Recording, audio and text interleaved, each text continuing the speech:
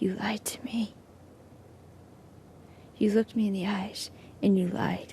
And it was the same face. The same fucking look.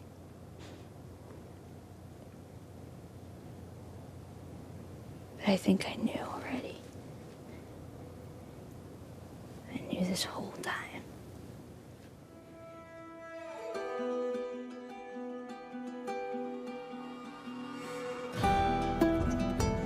Welcome back to the official podcast for the HBO original series, The Last of Us. I'm Troy Baker, and I'm joined, as always, by the showrunners of the HBO series, Craig Mazin. Hello, Troy. And Neil Druckmann. Hi. With a very special guest, co-writer of The Last of Us Part 2 video game, Halley Gross. Welcome, Halley. Hi, Troy. Today, we're unpacking episode 6 of season 2, which is titled The Price. It was written by Neil, Halley, and Craig, and directed by Neil. Listeners, you know the drill. Spoilers ahead.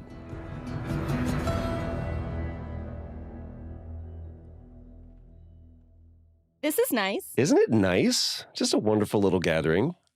Where I'd like to start is talking to you, Halley. Your contribution to the part 2 was very visceral.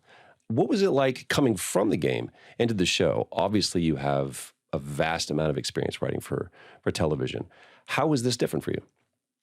Oh, it was really exciting because when you're working on a game, there's so much to do. There's so much material that you're really just filling the volume of the space that you have. And it's never done. The deadlines just come. So getting a chance to get a second crack at these characters, at telling this story in a new way was extremely exciting for me. And I was so moved by what the guys had done with season 1 that I was really thrilled to get to be a part of it and watch their brains go.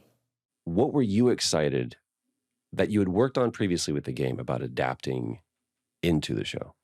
So much of this show is about Ellie's struggle to reconcile the past and to tolerate her own decision-making through that. And there's so much darkness that the things that I was most excited to get a second crack at were the moments of beauty and lightness and love and hope as a counterpoint to the hellscape of the world that they're fighting through. Those really heartwarming moments that remind you why Ellie is making the decisions she's making and what she has lost. The three of you yahoos wrote this incredible episode together. Neil, this is the episode that you directed this season. Why? Why not? First of all, I'm sorry. Why would you do that? Why is this? What drew you to this episode? Was it just the way that the schedule rolled out, or was there something specific about this that you wanted to have your personal fingerprint on? Part of it is schedule, and part of it was in the story of The Last of Us. There are certain elements that just really speak to what the story's about. Even while Joel is gone, we get to see that he is at the heart of the story. Even in death, his presence remains and is guiding all these characters through a lot of choices and actions.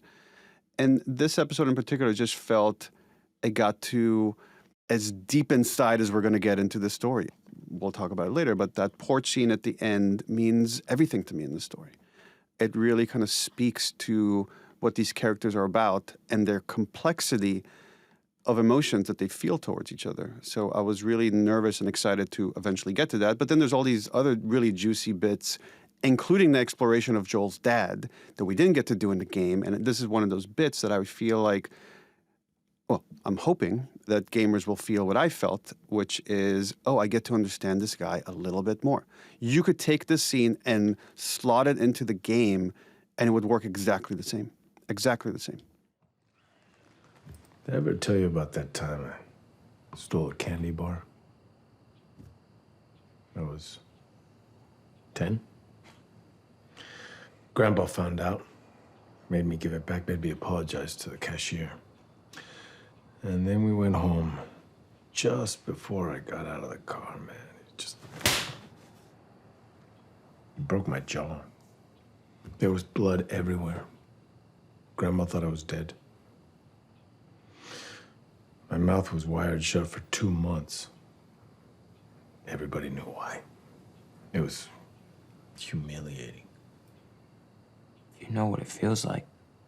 Then why? That's not why I'm telling you this. We talked about all the different permutations. This is how we work, of like, what could the dad feel like? What would he look like? How would he behave? We've written versions where we got to see Joel making this drug deal, or actually Tommy making the drug deal and Joel being there and beating those guys up. But ultimately, it felt like we could distill it down to this one conversation. And a lot of our talks around these conversations were, why is this time different? Why doesn't his dad beat him up for getting into trouble? And he got into serious trouble. It's because this time is different.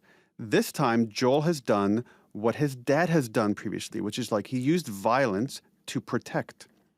Joel used violence to protect his brother. And now his dad feels like, see, now maybe you understand why I've done what I've done. It's probably the most vulnerable he's ever been in his life to his son, to his eldest son.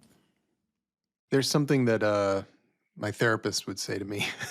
He's still alive, don't worry. But he would say, childhood is the air we breathe. We think we're adults, but really we're children. And because we're children, even though our relationship with our parents changes over time, the way that they instruct us when we are young is imprinting.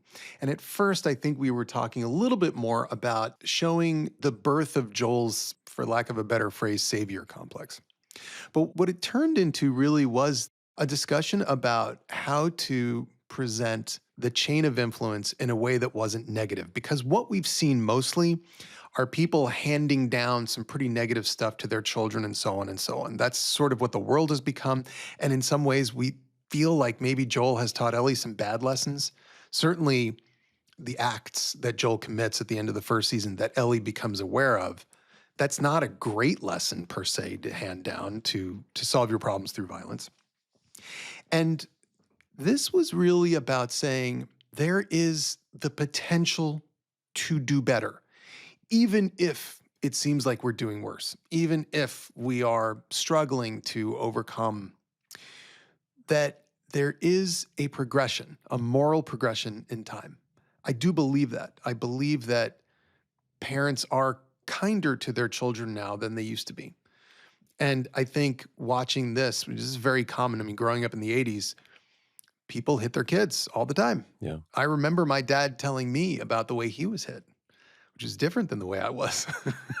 I was smacked. He was hit. And watching the improvement, because I've never done that to my kids. And they wouldn't even imagine doing it to their kids. So it gives a sense of hope. We know that Ellie is going forward somehow into the world on a mission to make her grief go away. But while she's carrying that violence with her, that Joel has kind of instructed her, she's also maybe carrying this lesson too. It's interesting. We haven't talked about this, Craig and I, but we have similar backgrounds in that, I grew up in the 80s and my parents hit me. I think that was pretty common with parents. And to Craig's point, the way their parents hit them was way worse. And it also speaks to something which is like, as parents, sometimes you do things that in the moment is wrong, but you try to look at things in kind of the broader scale or the kind of bigger scale of things and to say, in a long term, I'm going to do right by my kid. Even though right now I might be upsetting them, I might be hurting them in some way. And I think we're seeing in this scene how Joel's dad, by the way, played brilliantly by Tony Dalton. I'm surprised we've been able to keep it a secret. He's not sure if he's doing the right thing. And often as parents, those are the feelings that you're left with. Because parenting is such if you look at it as a problem, it's one of the most complicated problems you will face in your life of how do I do right by these kids, by my kids? And there's so many variables there and so many people you're working with, co-parent, teachers, and you just try to do your best. And ultimately, that's what this dad is saying here. I've done the best I could with the tools that I've had. And I remember I've had a conversation with my dad about, hitting me and stuff like that. And what my dad told me is look, if I raised you today, I would absolutely never hit you. But that's what I knew. That's the best I could do at the time. Those are the best tools I had in front of me. So I really love this scene because of that, because I think it gets to the heart of a lot of Joel's decisions, not only in this season, but from the previous season. From here on out, the episode is organized by a series of Ellie's birthdays. And I love watching the evolution of this, starting off with a cake. I love the moment with Ellie where, you see Joel trying to do it right. Let's get out proper plates and cutlery. And you look over and Ellie's just already dug in. It is good. Just a mouthful of cake. Happy 15th birthday, Eli. Well, let's hope Seth bakes better than he spells. He does. That's really good. One of the things that we talked about with this episode was, as we did with the Bill and Frank episode, using a relationship to fill in time. What happened over the 20 years between the end of the world and when Joel meets Ellie? In this episode, what happened in those 5 years from, okay, I'm going to say, I accept your swearing, your oath. Everything was exactly as you said. We go to town and we see that it's okay, that honestly, she does believe him, or she has made a choice to believe him, or whatever part of her doubts him, she has shoved way down. And it was really important to see that it was okay, that their life actually was great. Good. Yeah. It was great. It was fun. This was sort of the best of it. It reminds me so much of after Joel agrees to take Ellie from Jackson to Colorado. And they just are okay with each other. He's teaching her how to shoot, and they're talking about football and their dreams for the rest of their lives. Like I remember Neil saying that it'll never be better than this. Well, this is, if it's not better, it's just as good. They're happy. And I love that we could kind of use Ellie's birthdays as a way to structure this so that rather than feeling episodic, it felt like every single segment was ticking off almost like a time bomb, because a 15-year-old or 14-year-old is capable on some level of understanding things. But every single year as they approach 19, every year is a massive amount of growth, a massive amount of change. And so it's like the fuse has been lit that Joel and so many other parents in the world can't acknowledge has been lit, but it's lit. And the kid that you thought you knew is going away, and a new kid is coming. And that kid is smarter, and that kid does not look at you like God. That kid looks at you and sees nothing but flaws. How are you going to handle that? Yeah, and also the audience knows, right? The audience knows ultimately this relationship is strained. They saw it in episode 1. How do we get there? Is it just Ellie getting there on her own? Is it due to some choices Joel has made? It turns out the answer is yes. It's all those things. One of the moments that we've been kind of waiting to see is what people who play the game consider one of the most iconic scenes, which is Joel singing and playing for Ellie. Let me hear something. What do you mean, play it? And sing. No. No, I don't sing. It's my fucking birthday, man. Let's see what you got. Let's talk about future days. You have taken a lot of liberties with the show, and you could have chosen any number of songs. What was it about this song that no matter what, you came back to? What made you stick with this one? I mean, first we have to talk about why we picked it for the game. And, it's something that Halley and I discussed quite a bit. There's certain things about the lyrics. If I ever were to lose you, I'd surely lose myself. Ellie has given Joel, and it's stated even more explicitly in the show than it was in the game. She's given him a second chance at life. That after losing Sarah, Joel was suicidal and just became a zombie. He's just going through the motions, but he wasn't truly alive until he met Ellie. And that notion of if Joel were to lose Ellie at any point afterwards, it would have been the end for him. I don't believe he could have survived that. And it's just a beautiful song written by Pearl Jam and Eddie Vedder. Obviously a huge fan. You've heard me say this multiple times. That once we were able to get that song, it felt like there's nothing else in mind. And I guess I have to talk about, I have a personal relationship to that song, is I would play guitar and sing that song to my daughter when she was an infant. Because a lot of what Joel kind of conveys to Ellie is what I felt singing it to my daughter. So it just felt like, sometimes you try to imbue things that are very personal to you. It raises your investment and makes you care more about the details and how it's executed and fleshed out. This scene was definitely impactful. I have no idea how Pedro felt filming this scene. When I got the chance to do this scene, when we shot it for the game, I don't get nervous often, and this was the one that I got very nervous on because it's hard to play guitar in mocap gloves. And it's also, I knew what this song personally meant to you, Neil, and to Naughty Dog. And I knew what was on the line, what was the stakes. Without him being here, it's obviously hard to speak for him. But what was that like filming this scene for Pedro and Bella? I think I'm not going out on a limb by speaking for Pedro and to say he was also very nervous about singing this song. We prepped quite a bit for it. You know, he took, we had over the weekend, there was like a vocal coach that we worked with. And he really also just wanted to get it right, but also make it his own. I worked quite a bit with Ksenia, our incredible DP.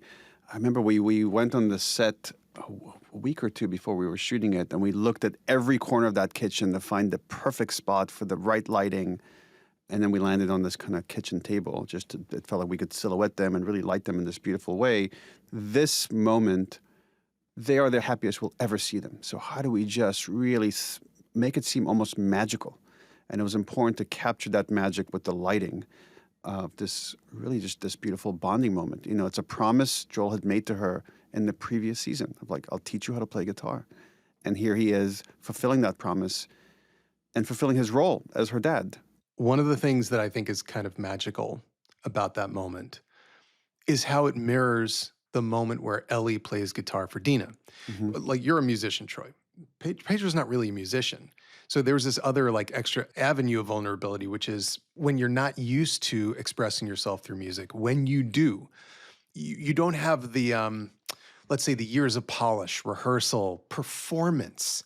There's like this weird shortcut that goes right to how you feel. It's a classic acting class exercise. Sing something with nothing and just sing it and make me believe it. And when he's playing this and he's singing this to her, it's both internal and he doesn't look at her. He looks away and she looks at him. And that is an exact mirror of how it worked with Ellie and Dina.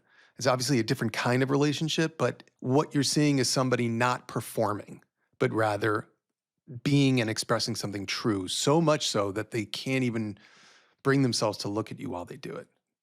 And the other person is receiving it and beaming. Because it's true, because it's honest. And that's so important for Ellie because we know there is a splinter in her. And that splinter is him being not honest. And I love this moment for its honesty because it's going to be overturned. It also underscores something you mentioned, Craig, earlier, which is the programming that we're given. And in the same way that Joel protects through violence and how he was taught to protect through violence, Ellie is now learning how to connect with people through this kind of very vulnerable moment. Dina literally says, he taught you well. Mm. You know, now we're seeing it. We're seeing the birth of it. And that's a beautiful thing. So this idea of the beautiful things we can pass on and the way we can improve our children and teach them things. And that is so important to counterbalance this other part of the story, because it isn't all good or bad. Just like our upbringings were not all good and not all bad, and some of them are tilted more one way or the other, but it's too complicated to just describe as, well, he lied to her and he screwed her up. It's because it's not true. There's so many moments in this episode that I could sit and park and dissect for literally hours. But I do want to move because each of these birthdays has such significance and moves the story forward in such a beautiful way. One of them is something that actually I remember happening in game. It was a conversation where he's talking about kind of how we see Joel as a clueless dad. He's trying to relate to his daughter, and he talks about the way that she looks at Jesse. Jesse said he'd train me if you let him. Is there something going on between you two? Excuse me? You spend a lot of time together. Is it funny? I see the way you look at him. I got a keen eye for these sort of things. I don't think you do. All right, none of my business. How funny is Bella in that moment? I mean, she's laughing while he's saying it, which is awesome. That was one of my favorite exchanges in the game. I loved how confident he is, how he thinks he's so smart about people. He's so savvy, and he's completely missing what's so overtly under his nose. And I also love that she lets him off the hook. Yeah. She doesn't say, you're wrong, she just goes, meh. don't think you do. I'm not going to get into the rest of it, but you know what? That's kind of adorable. I mean, she's actually quite nice about it. But there's also something that as much as she trusts Joel, she's not telling him the truth here. She's withholding. We're seeing the limits of that trust, or the limits of vulnerability that Ellie is willing to take with Joel. I hope viewers can't help but wonder, what else is she holding back on? What other feelings, what other things is she struggling with that she is not talking to Joel about? This entire exchange happens as we're making our way to a birthday surprise of the museum. And this scene means so much to me and obviously to people who are familiar with the story. But I want to talk about the Apollo 15 simulation, where the idea of this come from, the origination, obviously, the adaptation into the show. You get these questions often like, where did this idea come from? And often it comes from like a million different places. But this one actually we could trace back to a few specific ones. When we were working on the first Last of Us game, I was working with Faith Aaron Hicks on a comic book that showed Ellie and Riley's first time, the way they met. In it, we see Ellie walk into an arcade that's been destroyed. And we get to go in her mind for like a few panels in that comic book of her imagining what it would have been like. Because so much of Ellie, you know, and anybody that has been born after the apocalypse, a lot of these things like flying a plane, kids playing in an arcade, someone going to space, these are myths. These are things that might never happen again, ever, for humanity. So it was interesting to kind of go in her brain and see the world through her imagination. When we cast you, Troy, and Ashley for Joel and Ellie, I asked you guys, what were your dreams? What did you want to be when you grew up if it wasn't acting? You told me singer. That's why Joel sings.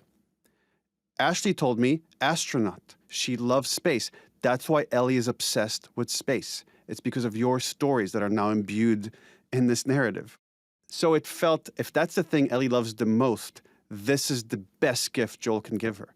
How could he come the closest to taking her to space? Well, it's through her imagination, but putting her in a capsule that's actually been to space and finding this recording that, you know, who knows what he went through and what maybe horrible things he had to do to get this. But he gets this cassette that has this recording of a liftoff sequence, a launch sequence. And as best as he could, he takes her to space. Can you imagine being up there? Would you like to? Like to what? Go to space. When Craig and I first started working on the show, we've said the story a lot, but now I could actually say what we were talking about. He came by Naughty Dog, and we started talking about the first game and how we're going to break it into season 1. And we were still working on game 2. And I said, do you want to see something from this game? He's like, duh, of course. And I loaded up this exact sequence, the space capsule sequence. And it was in pretty good shape. It wasn't quite final. And Craig in that moment said, one day in the future, years from now, we will do this sequence exactly like that. And he was a man of his word, because that's what at least that's what we attempted to do. And I, you know, for my money, I believe we pulled it off. There is a danger of inserting ego into this process where you think, well, I can't just do the same thing because then, you know, I'm somehow less than as a writer. No. It's the most honest and brave thing you can do as somebody who's adapting material. Keep it. If it's right, you keep it. And that was a moment where it's just like, oh yeah, why would I change anything? Why would I even suggest changing something there? It works. And I knew it would work on TV. It's this glorious cutscene. It is television. And it's so quiet, and it's just two people sitting in one space, which is my favorite thing to do. And there are moments coming up in season 3 where I am so excited to replicate through adaptation, because it will be different anyway. It's still different. It's Pedro and it's Bella. There's something different happening there between the two of them, and yet it's the same. It's glorious. Halley, for you, is there a temptation in you to go, oh, this is one thing I kind of wanted to work in, and either we ran out of time or something about it didn't allow that idea to manifest? Do you have that temptation, or can you look at it, as Craig said, and go, you just do it? No, I think Craig's comment about ego is absolutely right. Like, it's about what is going to be the most effective choice. And there are times, I think, in the game where we really nailed it, where we were like, our intention was X and we achieved X. But I think what's exciting about this process is, you write games out of order. And so you've got a very clear outline, but your eye is on so many different things happening all at the same time, and you're just hoping that web comes together. With TV, you can write and conceive of arcs in this extremely linear fashion. So you're going to find new things. You're going to deepen experiences. So I think you want to excavate every single scene and go, is there a way that we can plus this? Because if you're precious as a writer, I think there's a fragility that will end up breaking you. I think you have to, if you want your work to continue to be better, if you want to continue to grow as a writer, you have to constantly gut check and go, can I make this better? Can I make this more authentic? Can I make the tension greater? Can I make the feelings deeper? And how can I honor the characters best? And that's who you're serving more than anybody else. I want to just also add, for me, speaking about the capsule scene, the moment that we came into this set that was built for the museum was, I've never more felt like I was in a simulation. It was such a fucking 1-for-1. It was insane, the level of accuracy. You really felt how much everybody loved this moment, especially this world. It was life-changing. It was super cool. Oh, this moment is the most universally loved Yeah. across the games. One quick anecdote to that as well is, while we were shooting that, I had Allison Maury, who's the studio manager at Naughty Dog, and Arnie Meyer, who's the head of communications at Naughty Dog. They came to visit, and I had Allison sit next to me while I was directing. And we were at a different location, and I was like, hey, do you guys want to see something? Because this set was still being built while we were directing. I was directing something else. We walked over, and I showed them the space capsule. Again, it's not quite finished. It's still getting greens and set dressings put in to really kind of help the foliage, and the lighting is being put in. And I'm like, look how authentic this is. This is just like the game. And they're standing behind me, so I'm not seeing them. And then I turn to face them. I kid you not, they're both crying. Because, again, we've worked on these sequences for years, trying to get them right and sweating them. And then you're now moving to this other medium. You're working with a whole new team. And they're working hard and trying to recreate it. And that stuff just means so much to us. I can't stress that enough. When you get it right, it just feels so special. It's like someone honoring your kid is the closest I can come to the emotion you feel. And there's so much stuff that people watching the show aren't going to see. They built, Trust Me Fam. If you see this, there was a whole rover you're not going to see that was exactly where it was in the layout of the game. There was a whole atrium with dinosaur skeletons where Ellie could put hats on the different, it was the most moving, immersive experience I have had.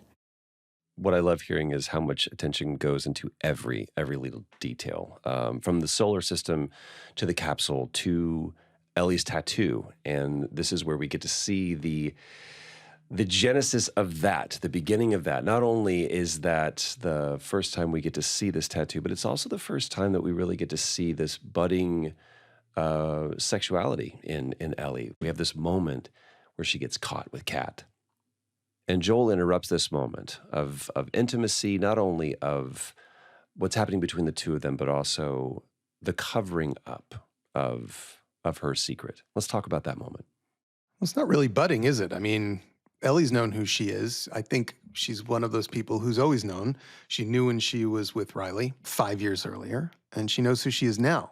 However, the discovery of having a connection with another person, intimacy with another person, inside of the bubble that Joel thinks he's created, which parents do around their children, that we are a unit, we are a community. And nobody else could ever get inside of this tiny bubble. And what happens as your children get older is you suddenly realize they like other people more than you.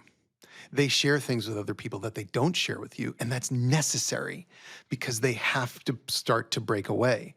And they begin to do these things. Joel is bowled over by it. He doesn't understand. And we think back to Sarah, who Nico Parker played with this perfect kind of, it's like the child everyone would dream of having. because she's growing up, but she's still a kid. She loves him. It's just the two of them. There's no other friend over. There's nobody else she talks about. There's no boyfriend. It's just them. And here, Ellie is getting high. She's making out with some girl. She's getting a tattoo, which is a permanent mark. Permanent, which children do casually. My youngest daughter not only jailhouse tattooed herself, but jailhouse tattooed another kid. That's Not- hard, man. That's Yeah. awesome. I mean, not against that kid's will. Trust me. I mean, it was all agreed upon. But and I remember saying, "This is permanent. You understand that?" And she was like, "Yeah, I understand." But they don't, because they're 16 or 17, and the idea of being 70 is not a thing.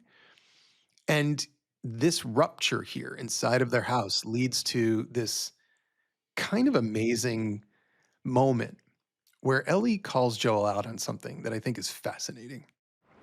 You may not like the rules, but this is my house. No, it isn't. You don't own it. They gave it to you. Sorry, to us. You don't own anything. You're Joel and I'm Ellie, and we're Joel and Ellie, but I don't belong to you. Not the way Sarah belonged to you, not the way your house belonged to you. This is different. There's no belonging here. And the problem that Joel has is there is something huge else going on here. It's one of the reasons why it was important for us to start the season the way we did. Begin again with "swear to me," but then add that little extra bit where Joel looks at her, she's walking away, and it's almost like I did it, but also almost like I'm not sure I did it. And hear the sick kind of paranoia that maybe that little infection of that lie that we thought went away, maybe she's not immune to that. Maybe that's still there. And he's ignoring the clues that are right in front of him, right? When we talk about, okay, why did you get this moth? And he gets it completely wrong, what that moth means. Again, the confidence in the answer, right? And then he hears it from Gail. No, it means death. And even then he's like, he's taken aback because he doesn't know her as well as he should. And then what I believe is happening in his head, he rationalizes it. He's like, okay, kids at that age get obsessed with death. They get obsessed with skulls. I was as a kid. And he's not tying it back to the lie, to what actually happened that is just buried inside Ellie. But as we see over the course of this episode, starts to bubble up. We get what the actual interpretation of what the moth means through Gail, who's, I'm very quickly talk about, we've been discussing a lot of the details. She's reading the book Earth Abides. It's a 40s post-apocalyptic science fiction book. And this was one of our references when we were working on the original Last of Us, because we try to consume every post-apocalyptic media that we could. And this one was one of my favorites. So when the question came up, like, oh, what do you have Gail reading? I'm like, I got an idea. I guess Earth Abides. Let's do that. And if people are wondering where the Ish character or his name was inspired by, came from, it's from this book. Ish, for those that don't know, was an important side character that we explored in the game. And he built this whole underground society, community that, is explored in much more detail in the game. We got to see that community, or what was left behind of it, in the show in season 1. This is where Ellie, Joel, Henry, and Sam end up hiding in, and we see some of the drawings that were left of that community that show a sketch of who Ish was. But his origin comes back to Earth Abides. This also ties into something else that's been underneath the surface, another secret. Not only what happened to Joel and Ellie, but what happened between Joel and Gail, which is what happened with Eugene, tragically played by Joe Pantoliano. Joey Pants. Legend. And for us, we have people that come on set and are incredible actors. We have a really good tradition now, I think we can say, after 2 seasons, of some of the best guest acting. If you look at the way the Emmy nominations worked for season 1, I mean, basically everybody that was a guest actor on our show got nominated. And this season, I love this tradition of keeping these great people coming in and just dunking, just absolutely dunking on us all. And even then, I think everyone was like, oh my God, it's Joey Pants. The legend of Joey Pants extends all the way into Canada. And what a treat to work with somebody like that. And required a little bit of scrambling because we had originally had a Matrix poster in Ellie's garage. And on the Matrix poster is Joey Pants. Oh, no. Yeah.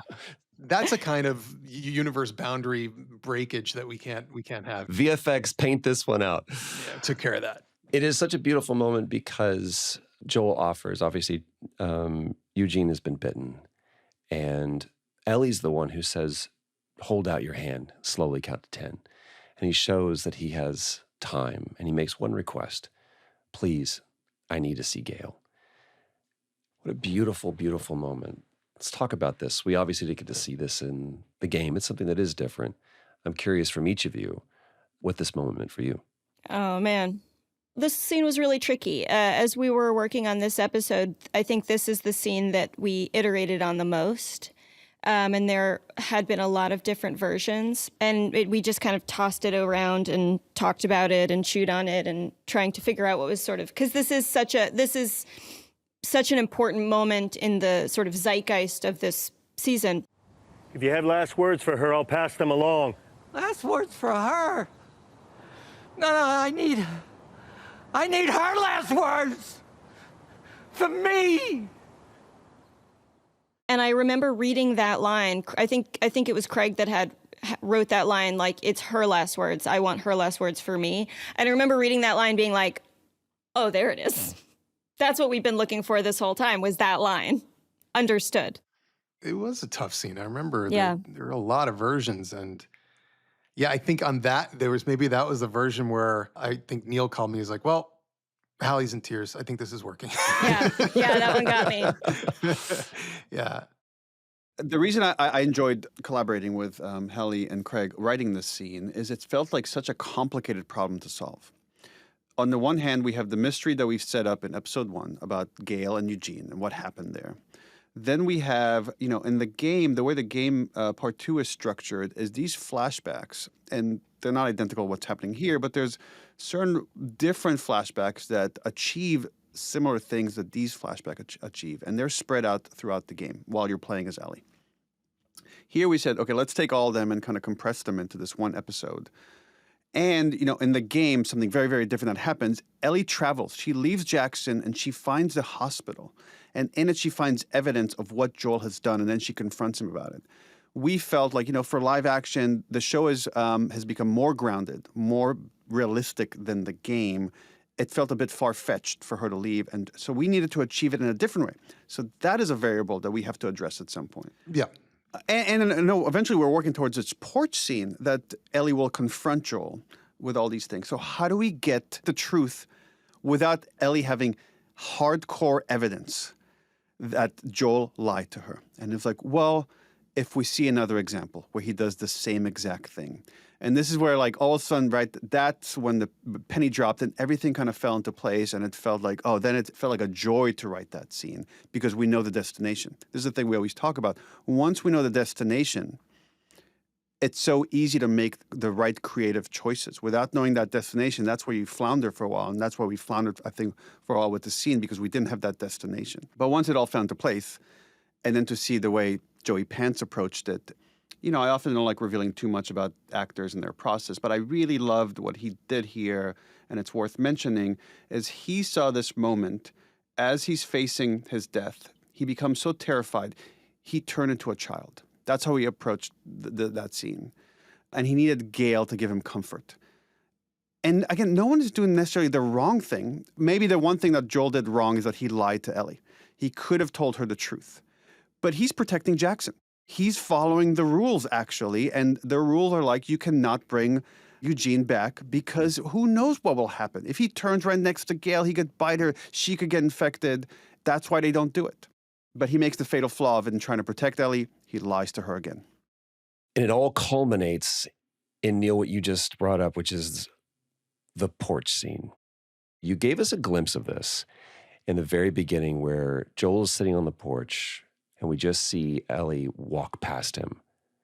Now we get the moment where she comes back and we get that moment of confrontation.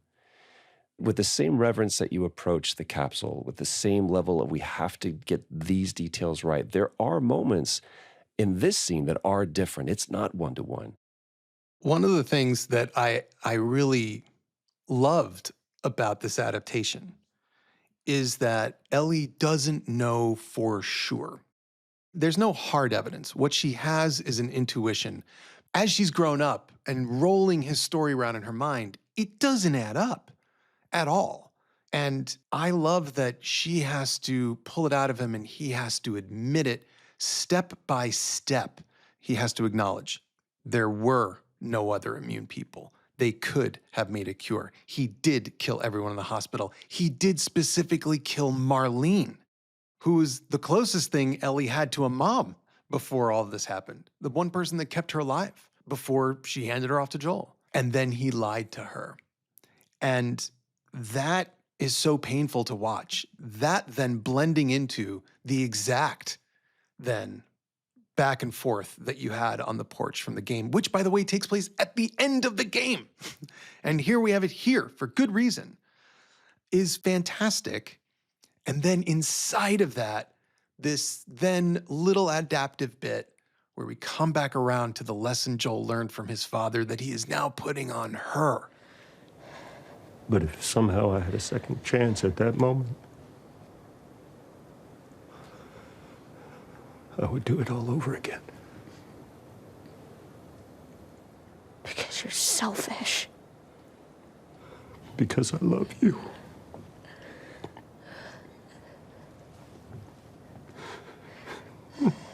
In a way you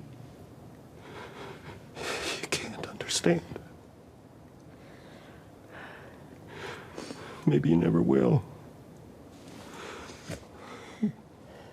But if that day should come,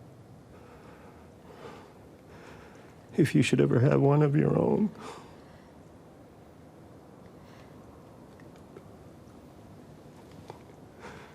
well then, I hope you do a little better than me. I blew it. I blew it for the best possible reason. I would blow it again because I love you in a way you don't understand, which is absolutely true about children. They don't understand. They can't. But I hope you do a little bit better than me. And that, to me, is the thing that you have to wonder, will Ellie carry that forward in her bones or will she not? In the porch scene, Ellie says the reason why Joel did this is because he's selfish. Talk about what she lost when Joel made the decision to save her. I mean, she says it very plainly in the scene, but, my life would have fucking mattered. Through the course of this episode and through the course of both seasons, you see the consequences of the infection and the people that we've lost who could have been saved, right? And you see that very loudly with Joey Pants, this idea that, like, if there were a cure, we could have done something here. Gail would have her husband. Riley would be alive. Her death could have brought so much love back to so many people. From season one, from maybe the moment we meet Ellie, she's suffering from survivor's guilt. That she lived and Riley died. Why is that? And people often wrestle with these things, especially when they survive something that someone they care about or someone close to them didn't. And then it happened again with Tess. And then it happened again with Henry and Sam. And it's all in the service of trying to deliver this girl to make this cure. Because if we can make the cure, maybe it's all worth it. And Ellie hates the fact that she wasn't given the choice, the agency. And she tells us now explicitly, given that choice, she would have wanted to die because then her life would have meant something. All those horrible things that happened on this journey would have meant something to her. But he took that from her.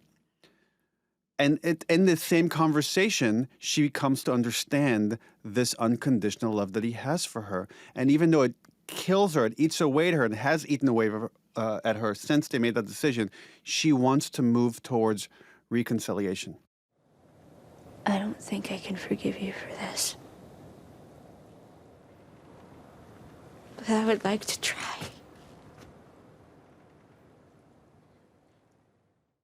That porch scene, I was so nervous about that because, again, that scene is, to me, the most important scene in the entire story, which is why, in the game, it's at the very end. One of the choices that we made to bring it up, and the reason we brought it up is because we were worried it wouldn't work if you had to wait years to get this payoff. And it felt here, as we're on this journey with Ellie, it felt appropriate to do it in this moment in time. But yeah, it was such a joy. It was a freaking joy to work on this, and it felt like I was living in the world of The Last of Us, and it was really cool. We leave that heartbreaking moment with the two of them and those words still hanging in the air. And we then join Ellie, present day, walking in the Seattle rain with a purpose now. And that's what's going to lead us on to our season 2 finale. Thank you all for listening. And of course, to Neil, Craig, Halley, thank you all for being here with us today. Thanks, Troy. Thank you, Troy. This has been the official podcast for the HBO original series, The Last of Us. Our senior producer is Emmanuel Hapsis. Our producer is Elliot Adler. And Darby Maloney is the editor. This episode was mixed by Raj Makija. Our executive producers are Gabrielle Lewis and Barry Finkel. Special thanks to Becky Rowe, Allison Cohen, Aaron Kelly, and Kenya Reyes from the Max podcast team. Production music is courtesy of HBO, and you can watch episodes of The Last of Us on Max. Make sure to join us next week as we wrap up season 2 with the finale. Until then, no matter what, you keep finding something to fight for.